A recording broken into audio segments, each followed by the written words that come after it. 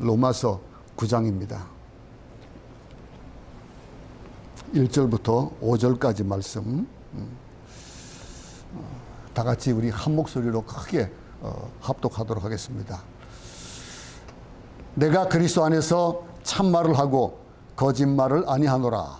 나에게 큰 근심이 있는 것과 마음에 그치지 않는 고통이 있는 것을 내 양심이 성령 안에서 나와 더불어 증언하노니, 나의 형제 곧 골육의 친척을 위하여 내 자신이 저주를 받아 그리스도에게서 끊어질지라도 원하는 바로라.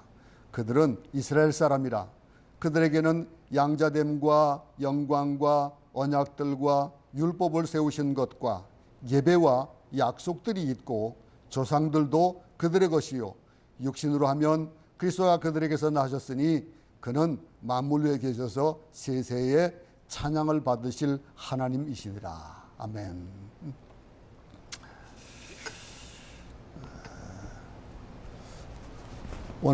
오늘부터 이제 9장을 시작합니다. 이 9장에서 오늘 로마서 11장까지가 중심장이에요. 로마서의 1장부터 16장까지의 모든 중심에 있는 장이 바로 이 9장부터 11장까지가 정말 로마서의 절정입니다. 우리가 지난 주일까지 봤던 1장부터 8장까지가 로마서의 서론이라면은, 그러면은 오늘 이후에 11장 이후에 12장부터 16장까지가 결론입니다. 그러니 서론 그리고 결론이 있으면 뭐가 있습니까? 본론이 있습니다. 그 본론은 모든 것들의 중심이 되는 겁니다. 그러니 이 로마서의 중심이 오늘 이 본문 9장부터 11장까지가 본론입니다. 참 중요한 그런 말씀이죠. 근데 많은 주석가들이 이 부분을 참 소홀히 했습니다. 그들은 1장부터 8장까지만 굉장히 중요하게 여기고 이 9장부터 11장을 좀 등하시 여기는 그런 경향이 없지 않아 있었습니다. 근데 그들은 이 9장부터 11장에 나타난 하나님의 놀라운 경륜과 섭리를 어쩌면 발견하지 못했는지도 몰라요. 그러니 로마서 1장부터 8장에는 어떻게 구원받았는가, 또 구원이 무언가, 어떻게 구원을 얻는가 하는 등의 종교개혁을 일으킬 만한 그러한 아주 위대한 교리가 숨어 있습니다. 그러니 1장부터 8장이 중요하다고 생각을 하지요. 근데 실질적으로 중요한 것은 그 교리가 한 개인에게 그친 것이 아니라 어떻게 이 구원이 전 인류에, 온 우주에서 완성되는가 하는 내용이 바로 오늘 9장에서부터 11장이 되어지는 말씀입니다. 이 사도 바울은 정말로 위대하다고 할 수 있는 이 위대한 장을 얘기하면서 무엇으로 시작하냐면요, 개인의 고통으로부터 시작을 합니다. 고통을 얘기해요. 본론이 고통이에요, 지금. 이 사도 바울의 고통은요, 사도 바울에게는 예수를 만난 후에 뭐가 있었습니까? 영광이 있었어요. 그리고 기쁨이 있었고 감격이 있었거든요. 그런데 그 감격에 대한 얘기들을 8장 35절에서 얘기하고 있잖아요. 누가 우리를 그리스도의 사랑에서 끊으리요? 환난이나 곤고나 핍박이나 기근이나 적신이나 위험이나 가리랴. 이 35절의 이 말씀이 이 사도 바울의 예수님 만나고 나서 그 기쁨 그리고 감격, 그것이 남아있는 거예요. 그리고 그 영광에 대한 것들이 얼마나 중요한 건지를 깨달아 아는 거예요. 그걸 얘기하는 거예요. 그래서 이처럼 복음의 승리, 감격을 얘기한 이 사도 바울이 동시에 자신에게 말할 수 없는 고통이 있다. 그렇게 우리 9장에서부터 시작을 하는 거예요. 자신의 종족이요 골육의 친척인 이스라엘이 어땠습니까? 복음을 거부했어요. 복음을 거부하고 그리스도를 거부하는 데서 오는 그런 고통이 있었다 이거예요. 이런 이유 때문에 사도 바울이 그 겪는 고통, 그거는요 분노가 아니에요. 아픔이에요. 어떻게 보면은 분노할 수 있잖아요. 너희들이 어떤 백성인데, 자기는 잘난 것 같은 사람들이 많잖아요. 모든 사람들이 자기 중심이 돼가지고 살아갑니다. 내가 중심이 되고 내가 축이 되어져서 모든 것이 돌아가요. 이 지구촌도 그런 거예요. 그래서 내하고 다르면은 틀린 거예요. 다른 것이 아니고 나하고 조금만 이상이 안 맞으면은 다 틀린 게 돼버려요. 그런데 그렇게 하다 보면 어떻게 됩니까? 너희들 왜 그러냐 이거죠.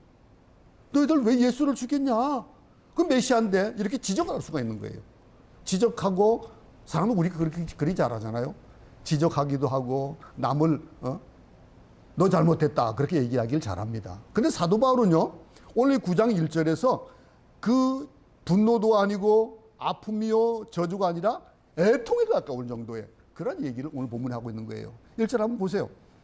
내가 그리스도 안에서 참말을 하고 거짓말을 아니하노라.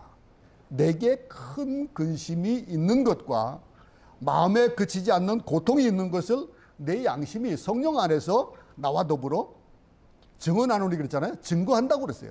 증거. 사도 바울은요 마음에 그치지 않는 고통이 있다. 아픔이 계속 있다는 거예요. 사람마다 다 고통이 있죠. 고통 없는 사람은 어디 있겠습니까? 다 행복한 사람은 어디 있겠습니까?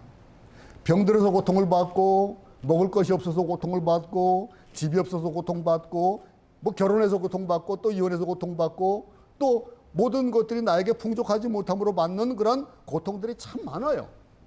근데 사도 바울은 이렇게 얘기하고 있는 거예요. 내게 그치지 않는 한 고통이 있는데 그 고통은 먹을 것이 없어서 받는 것이 아니다 이거예요. 그리고 실패해서 겪는 고통도 아니다 이거예요. 그리고 병들어서 얻는 고통도 아니고 이 고통은 뭐냐 하면은 나의 동족, 나의 민족, 그 골육의 친척이 바로 예수를 거부하고 하나님을 믿지 않는 고통이다. 이런 고통을 얘기하고 있는 거예요. 이 고통은 그리스도를 알면 알수록 그리스도께서 내게 어떤 분이신가 하는 것을 알면 알수록 점점 시간이 지날수록 더 커지는 고통이에요. 참 우리는 이기적이죠. 내가 중심이 돼서 살아갑니다. 그러다 보니까 남의 입장을 생각하기보다는 먼저 내 입장을 먼저 생각해요. 그래서 내가 모든 것이 잘 돼야 되는데 내게 안 되면은 모든 것이 다 짜증나는 거예요. 그러니 사람을 만나서도 내가 속에 짜증이 있고 내가 분노가 있고 그러면은요 나타나는 게 어떻게 나타납니까? 행동으로 나타나고 말로 나타나요. 근데 그것을 사귈 줄은 몰라요. 남의 말을 남의 생각을 이해해 주질 못해요. 그러면서 고통보다는 분노하기를 좋아하고 그게 작금의 세대예요. 아내가 요즘 한국에서 겪는 얘기가 있답니다. 그 얘기는 참 사람들이 많이 강팍해졌더라라고 하는 거예요. 옛날 우리 어릴 때는 어땠습니까? 정말로 무전여행 잘 다녔어요. 전도여행도 거지 전도여행이라 해가지고 아무것도 없이 전도 다녔거든요, 지방에. 그럼 갈 때마다 전도하면은 사람들이 집에 불러가지고 식사 대접해주고 그랬었어요. 그리고 다니면 교통비하라고 주머니에다가 뭐 집어넣어주기도 하고 그랬어요. 뭘 모르겠습니다. 요즘은 그런 것이 잘 없어서 그런지 우리 때는 그랬어요. 제가 예수 믿고 나서 그럴 때는 얼마나 그런 일들이 많은지 몰라요. 노방전도를 나가면은 노방전도에 할 때 그럴 때 지나가던 사람들이 주머니에다가 톡폰 집어넣어주고 버스표 집어넣어주고 옛날에 그런 버스표도 있거든요. 그런 거 주고 그랬었어요. 그런데 한번 이 사도 바울의 고통을 한번 예를 한번 들어보겠습니다. 어떤 사람이 예수를 알게 됐습니다. 매우 기뻤어요. 기쁘다는 거 기도하면 어떡합니까? 자기 혼자만 그 기쁨을 누릴 수가 없잖아요. 어떡합니까? 전도를 나가는 거예요. 그 전도하니까 사람들이 다 예수를 믿었어요. 얼마나 기분 좋아요. 그래서 전도한 사람들이 예수 믿고 정말 그 사람들이 기쁨과 즐거움이 넘치는 삶이 되어지니까 얼마나 좋아요. 근데 이 사람이 은혜를 많이 받아가지고 목사가 되고 선교사가 됐습니다. 주님을 위해서 일을 합니다. 근데 막상 그 부모는 그 자녀는 그 아내는 예수를 안 믿는 거예요. 그 마음이 어떻겠습니까? 여러분들도 여러분의 친지 가운데서 예수를 안 믿는 분들이 없지 않아 있을 겁니다. 그럼 그분들을 보는 마음이 어떻습니까? 별로 마음에 와닿지 않는 분이 있습니까? 사도 바울의 마음은요 정말로 찢어지는 마음이에요. 사실은 따지고 보면은 그 민족들, 그 동족들은 나하고는 상관없는 분들이에요. 어떻게 보면은. 응? 나만 예수 믿으면 된다. 나만 잘 되면 된다. 이게 지금 그 뭐 편만한 그런 그 세상 사람들인데, 그런 그 관심들인데, 사랑하는 아내도 예수를 믿지 않고, 부모도 믿지 않고, 자녀들도 믿지 않는다. 가슴 안 아프겠어요? 예수를 믿어서 그 예수님을 내 아버지를 모시고 내가 아버지 부르고 자녀된 그러한 기쁨을 누리는 사람들이라면 이 고통을 알아야 되는 거예요. 아는 거예요. 이 사람의 고통, 고독 아시겠습니까? 어떻습니까? 다른 사람은 다 믿고 복받고 그러는데 왜 우리 가족은 예수를 믿지 않느냐? 특별히 내 아내는, 내 자녀는, 내 부모는 왜 안 믿냐 이거예요. 이게 바로 사도 바울의 고통이에요. 이해가 됩니까? 또 한 가지 예를 한번 들어볼까요? 어떤 학생이 형편이 참 어려워요. 근데 그걸 보고서 이분이 좀 도와야 되겠다는 생각이 든 거예요. 그래서는 장학금을 줬어요. 장학금을 줬더니 그 아이가 정말로 하루에 2끼를 먹고 그러면서 공부하는 거예요. 열심히 공부하고 그러면서 공부를 열심히 해가지고 성공했어요. 잘 되는 거예요. 그런데 내 자식을 보니까 내 자식은 모자란 것 없이 다 해줬어요. 잘해줬는데 곁길로 가고 공부도 하지 않고 싸움을 하다가 그만 감옥에 들어가는 그런 입장까지 발전해 버렸습니다. 어떻겠습니까? 이 마음, 사도 바울의 이 마음이 그 이런 못된 자식을 둔 그 부모의 고통, 그 고통을 가지고 있는 거예요. 이 부모는요, 남이 잘 되는 소리 들으면은 들을수록 고통스럽습니다. 왜? 내 자녀는 안 그러니까. 못하니까. 다른 사람들이 예수를 잘 믿을수록 고통스러운 거예요. 왜? 자기 자식들은, 자기 식구들은 믿지 않기 때문에 그런 거예요. 이게 사도 바울의 아픔입니다. 이게 사도 바울의 고통이에요. 차라리 내가 저주를 받더라도 내 가족이 예수를 믿고 구원받을 수 있으면 얼마나 좋을까라고 하는 고백을 하는 거예요. 예수님이 나를 쫓아낸다 하더라도 내 자식이 예수를 믿고 구원받을 수 있다면 얼마나 좋을까라고 하는 마음이 이게 사도 바울이 오늘 본문에 얘기하는 거예요. 이게 바울의 고통이에요. 이해가 되십니까? 응? 사도 바울은 이런 고통을 토로하고 있는 거예요. 사도 바울은 어떤 사람이었습니까? 처음에 예수 싫어했습니다. 싫어할 정도가 아니고요. 예수님이 사기꾼이라고 생각했어요. 왜? 하나님을 아주 그냥 깊이 믿고 있었던 사람이기 때문에. 그래서 그는요, 예수를 핍박하기로 결정한 거예요. 그리고 또 예수 믿는 사람들, 그 사람들 잡아가지고 감옥에 가두려고 당했던 사람이에요.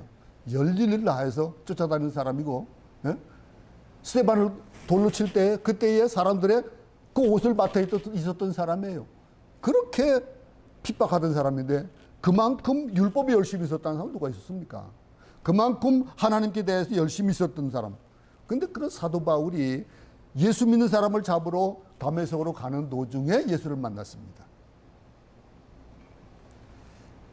사울아, 사울아, 내가 어찌하여 나를 핍박하느냐? 주님, 니시옵니까? 라고 얘기하니까 예수님께서 뭐라고 하셨습니까? 내가 핍박하는 예수다 그랬습니다. 나는 내가 핍박하는 예수다. 그 순간 사도 바울은 빛을 만났습니다. 그거 꼬꾸라졌어요. 그 시력을 잃어버렸습니다. 그리고서 사람들의 손에 이끌려가지고 다메섹으로 들어갔습니다. 근데 그곳에 가니까 준비된 사람이 있었어요. 그게 바로 아나니아입니다. 아나니아를 통해가지고 사도 바울의 안수를 받고 눈을 뜨죠. 눈을 뜸과 동시에 예수 그리스도에 대해서 눈을 뜬 거예요. 그분이 누구냐? 그 구원에 대해서 눈을 뜬 겁니다. 그는 예수 그리스도가 메시아라는 사실을 알게 됐고, 자기가 죽으려고 했던, 자기가 핍박했던 그분이 모든 인간의 죄를 용서하기 위해서 하나님이 보내신 메시아였다. 이 사실을 알게 된 거예요. 그때부터 사도 바울의 인생은 180도 바뀐 겁니다. 뒤집어질 거예요. 사도 바울은요, 예수 그리스도를 만난 후에야 인간의 노력이나 그 종교적인 행위나 인간의 의지나 어떤 방법으로는 구원받을 수 없다라고 하는 진리를 깨닫는 거예요. 그래서 로마에 있는 성도들에게 이 편지를 쓰면서 내 마음이 이렇다라고 고백하는 것이 9장 1절의 고백이에요. 모든 사람이 죄를 범하였으니 하나님의 영광에 이르지 못한다. 또 종교를 가진 유대인이나 종교를 갖지 못한 이방인이나 다 죄인이다. 하나님 앞에서는 의인이 한 사람도 없다. 스스로 구원받을 수 있는 인간은 아무도 없다라고 하는 것이 자기가 예수를 믿고 구원받고 나서의 그러한 여정들, 그 1장부터 8장까지의 쭉 내용을 얘기한 거예요. 인간의 실종에 대해서 눈을 뜨기 시작을 하고, 마귀의 자식이고 인간들은 구원받아야 될 존재다라고 하는 것을 알게 된 거예요. 하나님께서 인간을 구원하기 위해서 그 아들 독생자 예수 그리스도를 이 세상에 보내주셨다. 이걸 알게 된 거예요. 그러니 그의 마음이 어떻겠습니까? 지금까지 자기가 최고로 잘 알고 있던 것들이 잘못되어진 거예요.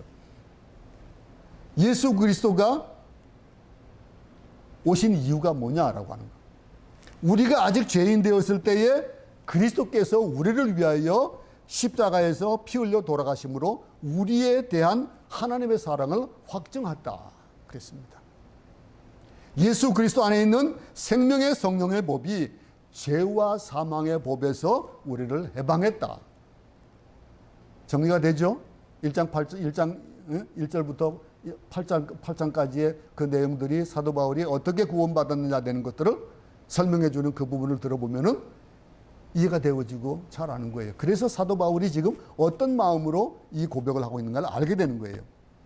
예수가 내 죄를 용서해 주셨고 그분은 하나님의 아들이시고 예수 그리스도를 믿음으로 하나님의 자녀가 된다는 이 영광스럽고 놀라운 진리를 그는 알게 된 겁니다. 여러분들 잘 알죠? 근데 여러분들은 어떻습니까? 이것을 알고 그냥 알고 있는 것으로 끝내고 한쪽 길이 듣고 한쪽 길이 흐르는 정도입니까? 아니면 세상에 가지고 있었던 그 세상의 지식으로 가지고 살고 있는 그런 삶입니까? 바뀌어야 된다는 거예요. 사도 바울을 보면은 우리도 바뀌어야 된다는 거예요. 그만큼 그 구원에 대한 확신, 그 구원에 대한 정말로 고귀한 구원에 대한 것들을 알게 된다면은 이런 사도 바울의 고통이 우리의 고통이 되어져야 된다는 거예요. 예수를 믿는 순간 병이 떠나가고 귀신이 떠나고 어둠의 세력이 떠나가고 절망이 떠나간다라고 하는 걸 경험한 사람들, 그들은 이런 아픔을 가지는 거예요. 이게 1장부터 8장까지 내용을 통해서 우리가 9장 1절에서의 사도 바울의 그 고통을 깨닫는 거예요. 하지만 사도 바울이 예수는 그의 구원이요 기쁨이요 소망이요 복이라고 깨달은 순간 그의 마음속에 슬픔이 안 오겠냐 이거죠. 고통이 안 오겠냐 이거예요. 응? 그 깊은 곳에서 우러나는 그 고통, 나는 이렇게 구원을 받았는데 내 동족은, 내 가족은 어떻게 하면 좋겠단 말인가 라고 하는 고백이에요. 우리가 이 본문을 읽으면서 그냥 읽지 말아야 되는 이유가 바로 거기에 있는 겁니다. 예수를 믿는 만큼의 고통이에요. 자기가 받은 복만큼의 슬픔이에요. 내가 받은 그 복만큼 세상을 바라보니까 슬픔인 거예요. 그들이 받지 못한 그 복.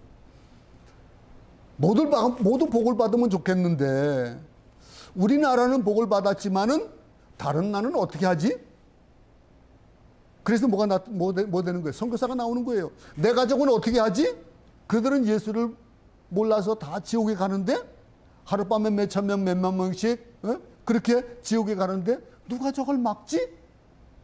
그래서 전도자들이 그렇게 열을 내고 목숨을 내어놓고 그 일을 하는 거예요. 이 생각이 사도 바울의 영혼을 괴롭히는 거예요. 이런 괴롭힘을 우리도 가질 수 있기 바랍니다. 이 괴로움을 우리도 가지고 있어야 된다는 거예요. 그 영혼을 사랑하는 마음, 아버지의 마음이 우리가 이해할 수 있는 부분들을 여기에서 보면은 이해가 되어지는 거예요. 이런 마음을 가진 사람은 사도 바울뿐만이 아닙니다. 성경에 보면요, 구약 성경 보면 이런 심정을 가진 사람들 많은데 그 중에서 대표적인 사람이 누굽니까? 모세잖아요. 그 모세죠. 그 심정을 가진 사람 중에 하나인데 하나님께서 이스라엘 백성들을 애굽 땅에서 끌어냈습니다. 끌어내는 과정을 우리가 잘 알고 있죠. 애굽의 10가지 재앙을 내리시고 홍해를 건너서 광야를 오게 했어요. 그러면은 그 출애굽한 그 이스라엘 백성들이 어떤 마음을 가져야 되겠습니까?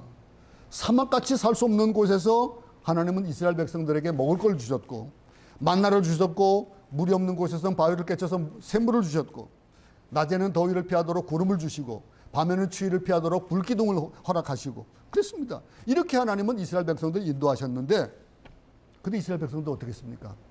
감사하지 못했어요. 작은 일에 원망하고 불평하기 시작했어요.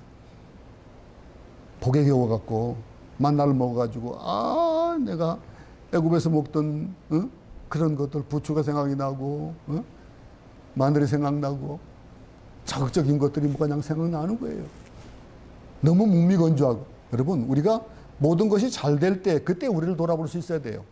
그때 감사를 느낄 줄 알아야 돼요. 결국에는 어떡합니까? 모세가 하나님 말씀 받으러 산에 올라간 후에 어떻게 했습니까? 아래서 그 형 아론이 어떡합니까? 송아지까지 만들어가지고 거기에서 경배하고 있었던 거예요. 하나님께서 진노하셨습니다. 진노하시면서 뭐라고 하셨는지 알아요? 우리 본면에는 분노하신 것에 대한 표현을 우리 한글 성경에 제대로 표현하지 않는데 영어 성경이나 오늘을 보게 되면요, 내가 돌격하리라 그랬어요. 내가 돌격하리라. 한순간에 쓸어버리리라. 하나님은 그만큼 분하신 거예요. 그럴 때에 어떻게 했습니까? 모세도 기가 막혔잖아요. 얼마나 기가 막혔든지, 얼마나 분이 나고 화가 났든지, 그는 하나님으로 받던 돌판을 던져서 깨트려 버렸습니다. 그러면서 모세는 다시 산에 올라갔어요. 하나님 앞에 무릎 꿇고 기도하는 겁니다. 한번 성경 말씀 보겠습니다. 출애굽기 32장 31절부터 32절입니다. 한번 다 같이 한번 보겠습니다. 여호와께로 다시 나아가 여짜오되 슬프도소이다. 이 백성이 자기들을 위하여 금신을 만들어 쌓으니 큰 죄를 범하였나이다. 그러나 합의하시면 이제 그들의 죄를 사하시옵소서. 그렇지 않사오면 원컨대 주의 기록하신 책에서 내 이름을 지워버려 주옵소서. 개역개정 아니고 개역 한글 번역입니다. 제가 읽은 거는. 어쨌든 모세도 화가 났습니다. 근데 일단 이 죄 지은 사람부터 살려야 되는 거예요. 그 모세가 하나님께 매달립니다. 하나님, 한 번만 용서해 주세요. 내 이름이 하나님의 생명책에서 지워지는 한이 있더라도 이 백성을 용서하시고 심판하지 말아주세요. 라고 고백했던 이 고백. 보세요. 합의하시면 이제 그들의 죄를 사하옵소서. 그렇지 않사오면 원컨대 주의 기록하신 책에서 내 이름을 지워버리시옵소서. 엄격한 아버지가 아들을 때릴 때 엄마가 어떡합니까? 너무 그냥 안절부절 못하잖아요? 그 엄마가 아들을 감싸는 것과 똑같은 그런 표정 아니겠어요? 또 한 사람이 있어요. 아브라함이, 우리가 또 볼 수 있는, 우리가 믿음의 조상이라고 하는 그 아브라함을 보게 됩니다. 하나님께서 소돔과 고모라를 멸하려고 하실 때 가장 먼저 생각했던 사람이 누구예요? 조카 롯이에요. 근데 사실 우리 성경에서 보면은 조카 롯이 자신에게 폐만 끼치는 사람이거든요. 폐만 끼치는 사람이고, 그 조카가 그렇게 어떻게 보면은 달갑지 않은 그런 사람일 수도 있어요. 그런데 하나님 앞에 묻습니다. 아브라함이 생각해 보니까 의인, 그 소돔과 고모라에 의인이 50이 없을까? 근데 50을 묻습니다. 의인 50만 있으면 좀 용서해 줄 수 있잖아요? 그러니까 하나님 뭐라고 하세요? 그래, 그랬어요. 근데 가만히 생각해 보니까 50명이 안 되는 것 같은 거예요. 그래서 어떡합니까? 40명을 얘기해요. 의인 40명이면 어떡하겠습니까? 그러니까 그렇게 하겠다고 그러시는 거예요. 몇 명까지 내려갔습니까? 10명까지 내려갔어요. 의인 10명까지 내려가는 거예요. 그래, 10명의 의인이 있으면 내가 심판하지 않겠다. 하나님 그렇게 말씀하셨어요. 이렇게 기도하던 그 아브라함의 그 중보적인 기도를 하는 그 기도의 사람, 내가 기도하는 기도의 모든 내용들을 한번 생각해 보시기 바랍니다. 나는 무슨 기도를 하고 있는가? 대부분의 기도가 나, 내 사업, 내 자녀, 나를 위한 기도가 중심이 될 겁니다. 그런데 아버지의 마음을 가진 사람들은요, 남을 위한 기도가 먼저예요. 요즘은 새벽 기도를 잘 못하죠. 집에서도 그 대신에 새벽 기도 하시는 줄 압니다만은, 기도하다 보면은 여러분 한번 다시 한번 생각해 보세요. 나를 위한 기도가 몇 프로가 되는가? 아마 거의 90% 이상이 나를 위한 기도일 겁니다. 여러분, 하나님, 내가 저주받아도 좋으니까, 내가 그리스도에게서 떨어져도 좋으니까 내 조국, 내 민족, 정말로 이스라엘을 보호해 주십시오 라고 고백하던 이 고백, 이게 사도 바울의 마음이에요. 이게 모세의 마음이고 이게 아브라함의 마음이에요. 또 한 가지, 우리가 정말로 아버지의 마음을 가진 분 한 분의 얘기, 예수 그리스도의 마음을 한번 볼 수 있는 거예요. 마태복음 23장 37절을 보면요, 예수님께서 예루살렘을 보시면서 우셨습니다.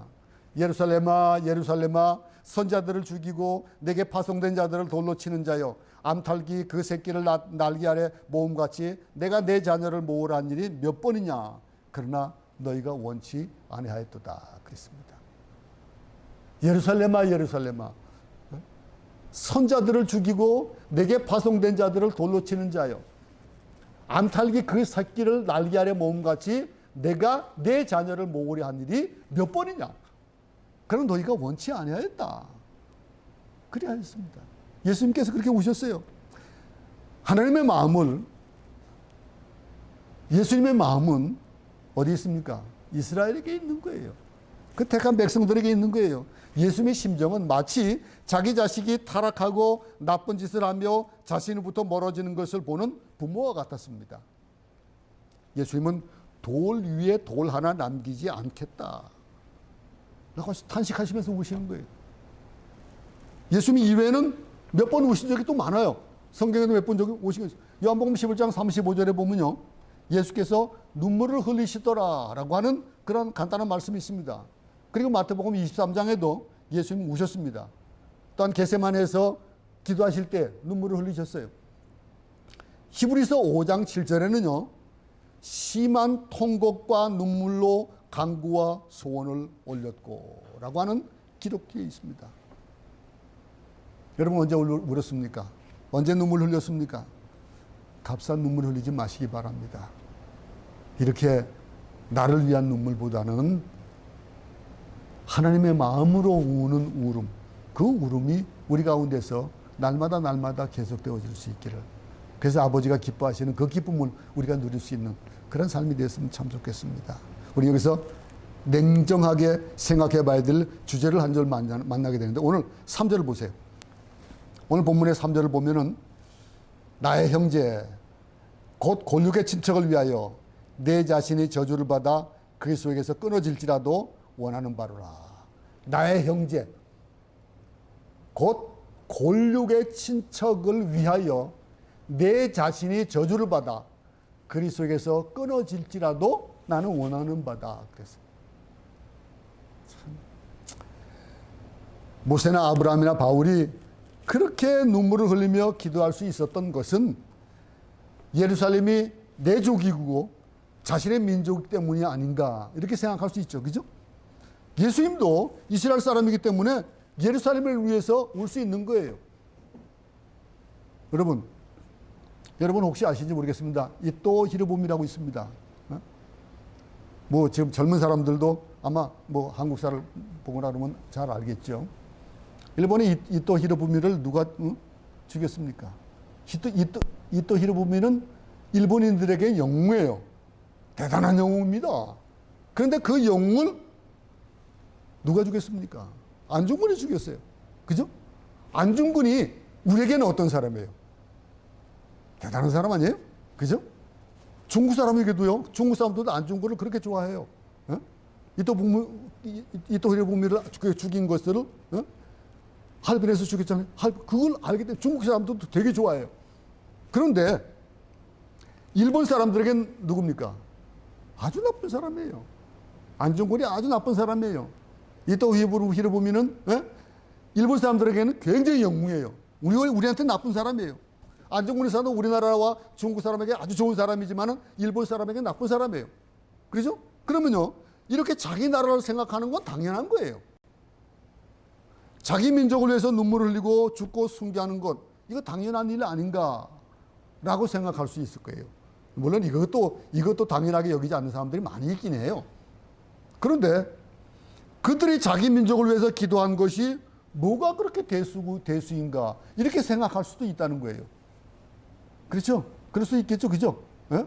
그런데 아니잖아요. 단지 자기 조국을 위해서 눈물을 흘렸기 때문에 귀한 것이 아닌 거예요. 이거보다 더 깊은 영적인 의미가 이 안에 있는데, 온 인류를 구원하기 위해서 하나님의 섭리와 그의 고통이 우리는 여기서 읽어줄 수 있는 거예요. 이 부분에 대해서 우리가 한번 좀 살펴볼 건데, 이스라엘 백성들, 그들은 왜 메시아를 거부했는가라고 하는 걸 한번 생각해 봅시다. 왜 그리스도를 거부했을까요? 단순히 거부한 것일까요?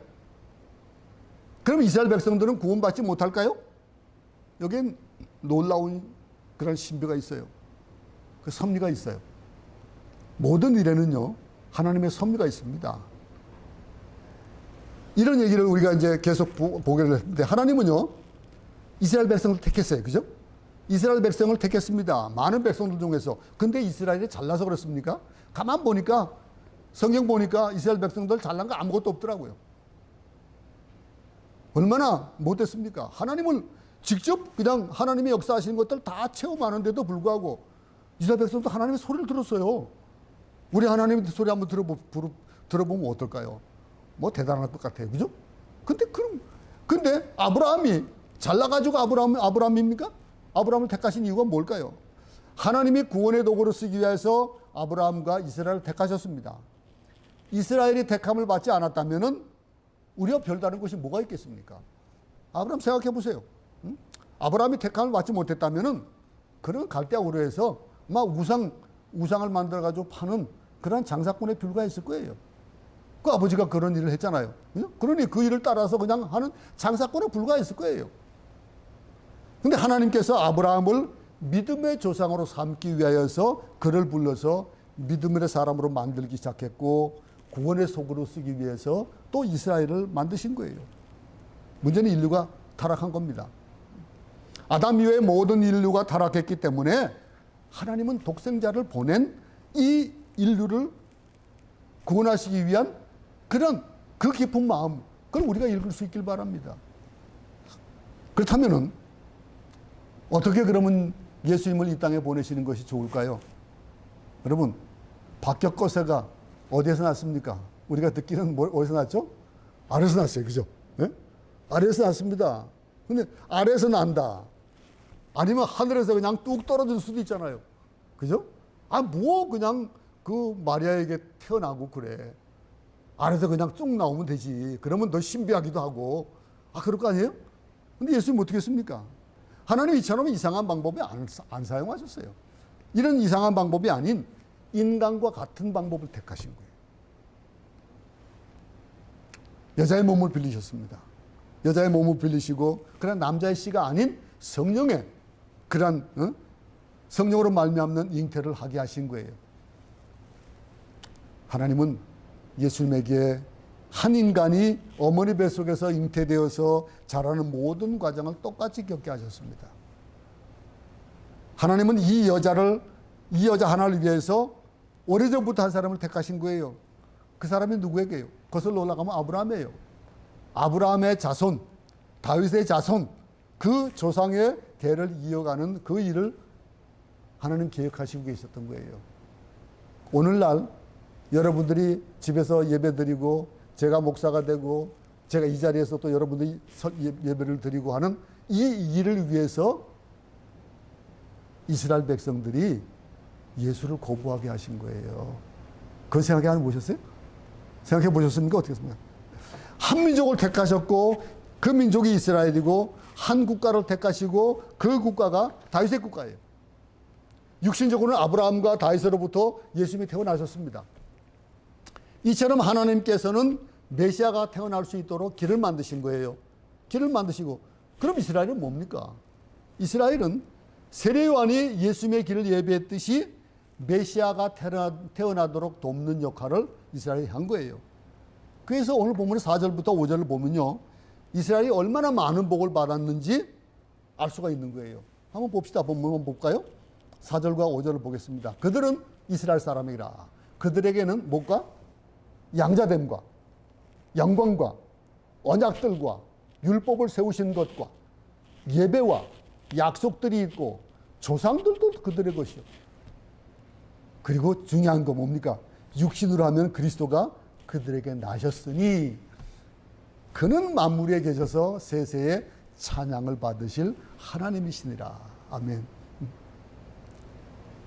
오늘 본문을 봅시다. 본문에서 이제 한 가지 복 받은 것을 봅시다. 어떤 복인지. 하나님께서 이스라엘에게 처음으로 주신 복이 뭐였어요? 양자의 복이에요. 양자가 되는 것. 특별한 백성으로 만드신 겁니다. 생각해 보세요. 우리 민족은요, 100년 전만 해도 어둠 속에 있었던 민족들이에요. 샤머니즘에 아주 깊이 빠져 있는 그런 뭐 부모님들이 그냥 뭐 장독대에다가 물 떠놓고 빌던 그런 민족들이에요.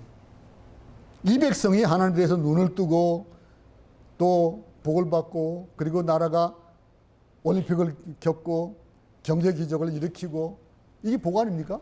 복 중에 복이에요.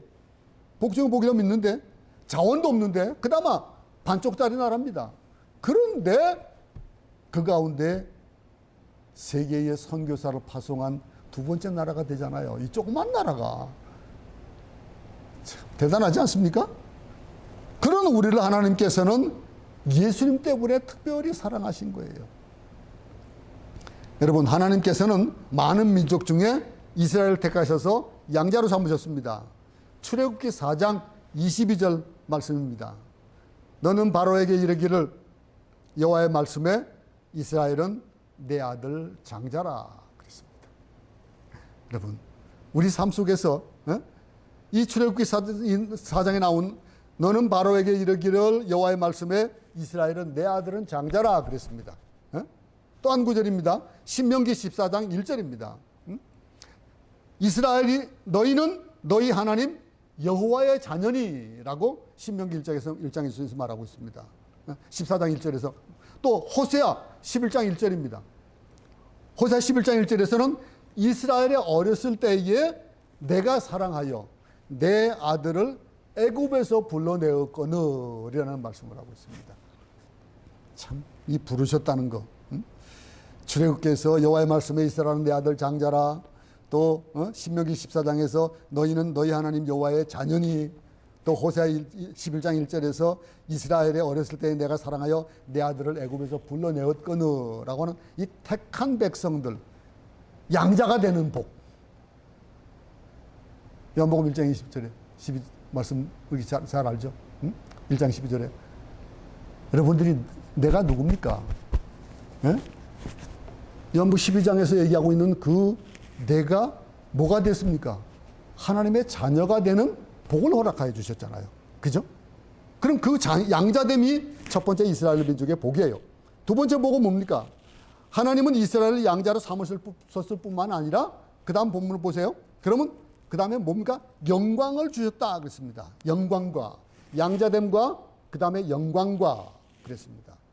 이스라엘을 영화롭게 만들어 주셨습니다. 하나님의 소유된 백성으로서 물 붓듯이 복을 쏟아 부어 주셨습니다. 여러분, 이스라엘이요 나라도 없이 방황하면서도 이미 여러 분야에서 노벨상 받은 것들이 얼마나 많은지 알아요? 노벨상을 휩쓸었습니다. 또한 굉장히 부자 나라네요. 그 유대인의 뭐 재산 하면은 엄청나잖아요. 그들이 메시아를 거부했을지라도 하나님의 영광은 아직 그들 가운데 있어요. 어떨 때는요 질투가 날 정도로 유대인들에게 복을 주신 그 복, 우리는 그걸 질투할 줄은 알아야 돼요. 그 복이 택하신 그들뿐만 아니고 우리도 양자되는 복을 받았잖아요. 그럼 양자되었으면 우리도 그 복을 받을 수 있는 거예요. 근데 하나님을 영접하면은 그 영광이 얼마나 큽니까? 이 백성들에게도 그렇게 컸는데 하나님을 영접한 백성들에게는 어떤 복을 주시냐 이거예요. 또 세 번째 복은 뭡니까? 하나님께서는 이스라엘 백성과 언약을 주셨다고 그랬습니다. 특별한 계약을 했습니다. 이 첫 번째 계약은 누가 맺은 겁니까? 아브라함과 맺은 계약이에요. 그게 15장 18절에 계약 따신 거예요. 두 번째는 모세와 맺었습니다. 그리고 하나님은 또 다윗과 계약을 맺어 주셨습니다. 다윗의 자손에게서 메시아가 나올 것을 약속해 주셨습니다. 이런 언약.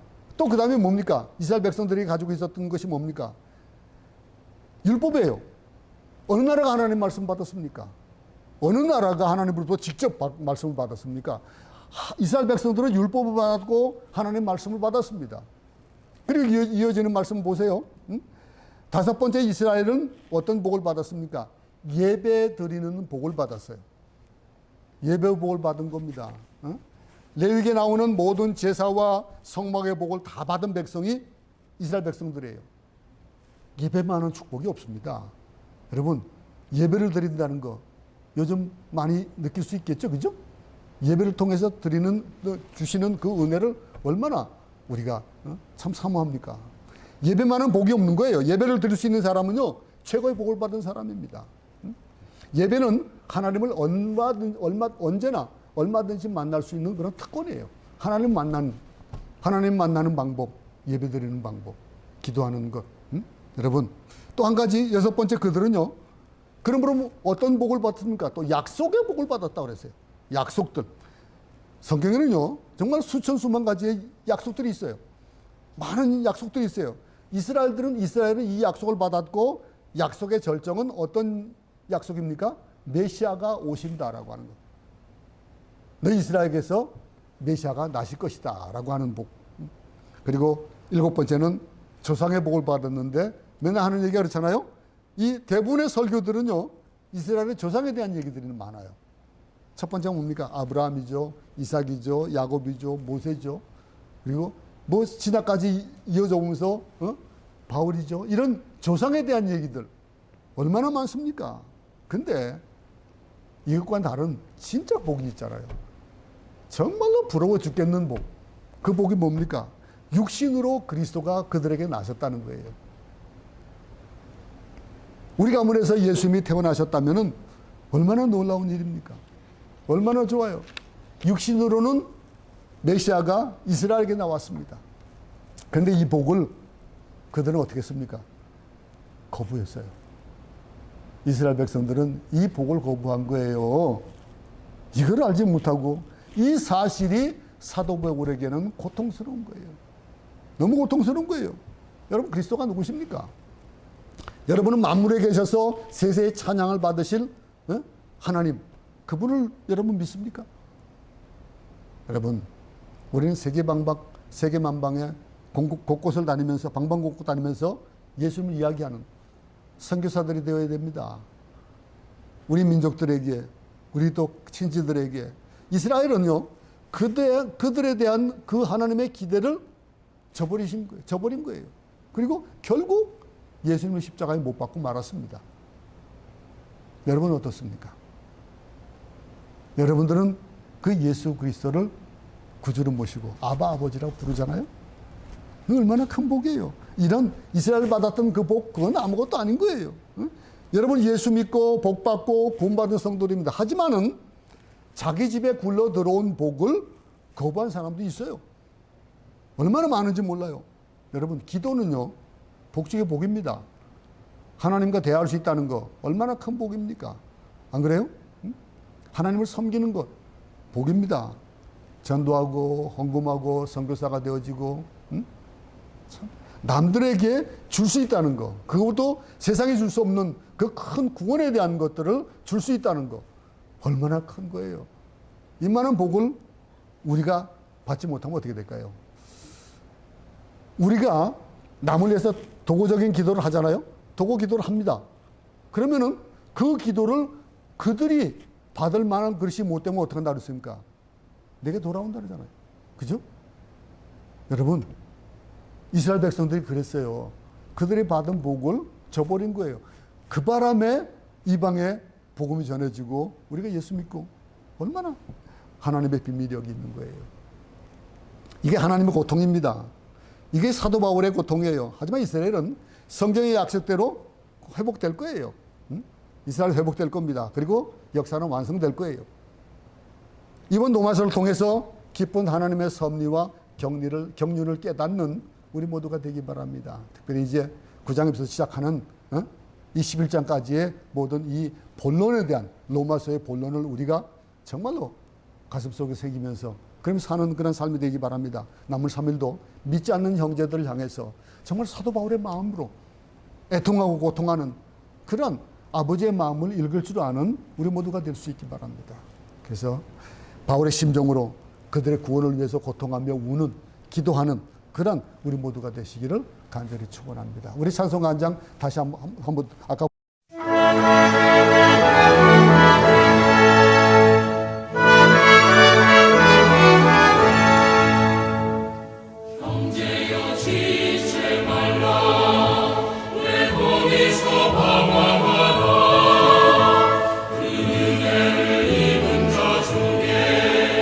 주너희를 두시려네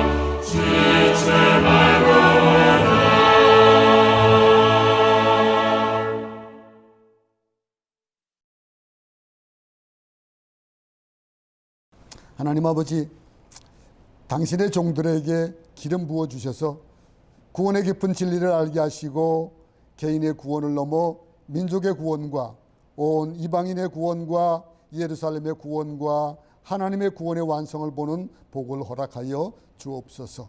예수 이름으로 기도드리옵나이다. 아멘. 주기도문으로 수예배 마치겠습니다. 하늘에 계신 우리 아버지여, 이름이 거룩히 여김을 받으시오며 나라에 임하옵시며 뜻이 하늘에서 이룬 것 같이 땅에서도 이루어지이다. 오늘 우리에게 일용할 양식을 주옵시고 우리가 우리에게 죄진 자를 사하여 준 것 같이 우리 죄를 사하여 주옵시고 우리를 시험에 들게 하지 마옵시며 다만 악에서 구하옵소서. 나라와 권세와 영광이 아버지께 영원히 있사옵나이다. 아멘. 예배를 마쳤습니다. 한 주간 또 승리하시고 주일날 뵙도록 하겠습니다. 항상 건강 조심하시고, 계속 말씀드리지만은 카톡이나 또 이렇게 우리 같이 메시지를 나누고 또 서로 언어를 나눌 수 있는, 떨어져 있더라도 하나가 되는 그런 시간들을 가졌으면 좋겠습니다. 주일날 뵙겠습니다.